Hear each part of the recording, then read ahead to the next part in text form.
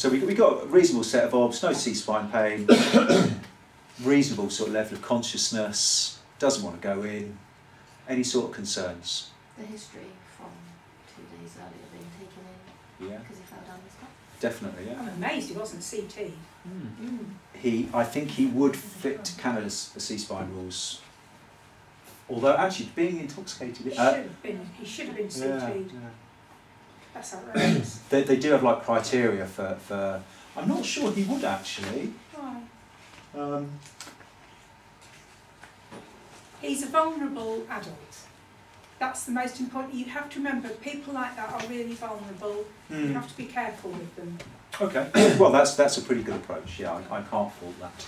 But what's your sort of? Are you gonna what's his sort of main presenting complaint? Well, he's drunk and he's bleeding from the head. So what's happened now? He's unstable. Okay. So what if that's true, then what's our de facto plan then? If he's drunk and bleeding from the head, what do we have to do? All right, can we employ clinical judgment, or are our hands tied effectively? You should be going in. Because of? Yeah. Alcohol. Because of? Who says that? Whose guideline? Not just SWAST, but whose guidelines? Nice. Nice. Yeah, absolutely. Good. So yeah, so I think on this study, potentially GCS less than 15, could be, couldn't it? Is he intoxicated? Do we know? We suspect it.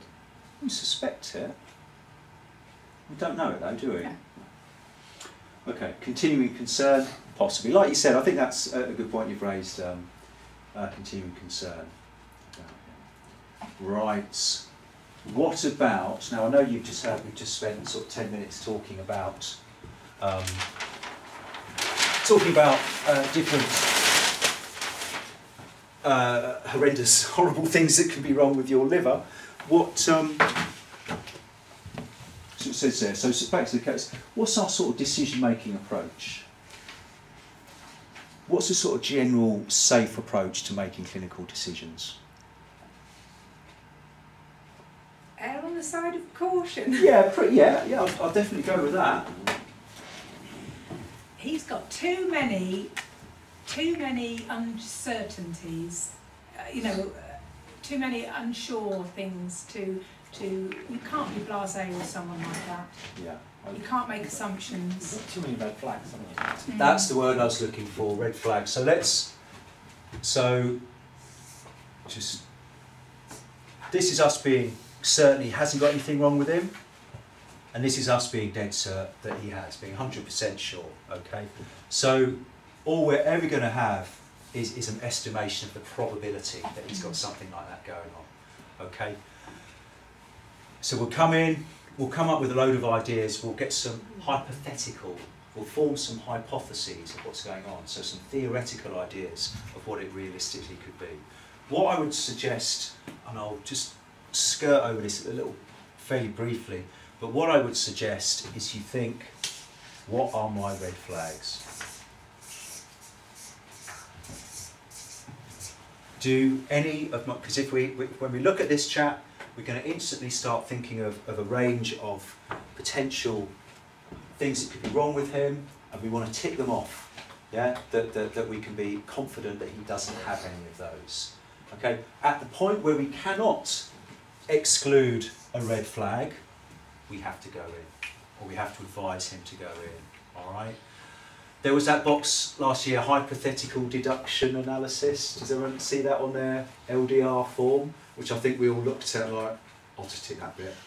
That's actually what it is. It is deducing, it's working back from a range of theories or hypotheses. You know, we talk about our hypothetical friend, don't we? So it's just like a hypothesis is something reasonable that it could be. It's like an idea of what something might be. Does that make sense? So what we want to do is work back through those, and we want to exclude these. Is it okay to say it is plausible that somebody doesn't have something wrong with them? Yes, it is okay. Well, it's okay. Everything's okay. Is it advisable to say, well, it's plausible that it could be that, So I'm going to go with it. No. No, it's not. I would say not. So what kind of biases are going to come into play here? The type of person that, well, how he's presenting in his appearance, his Yeah. unkempt appearance, he's Yeah. swearing, he's that bias. Are we going to like this person? Not if he's No. swearing at you. No, that's unlikely. How about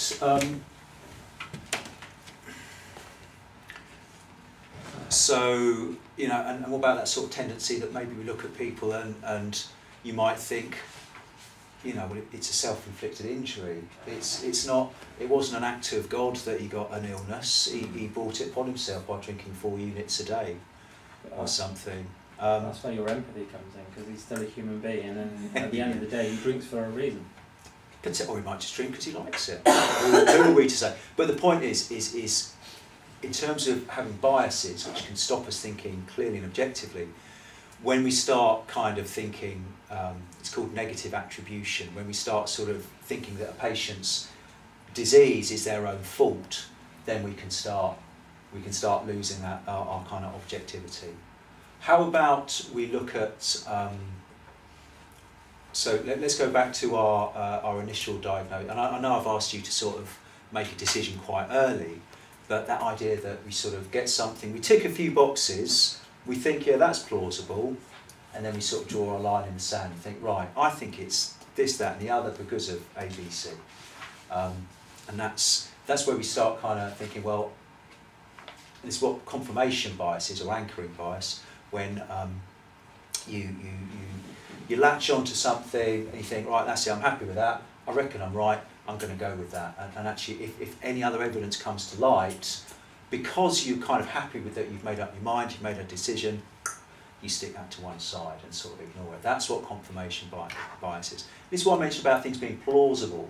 It's always plausible, always reasonable it could be something, but until we can be hand on heart pretty sure that that's the case, we need to have this, whatever that is, right on our radar for being something to worry about.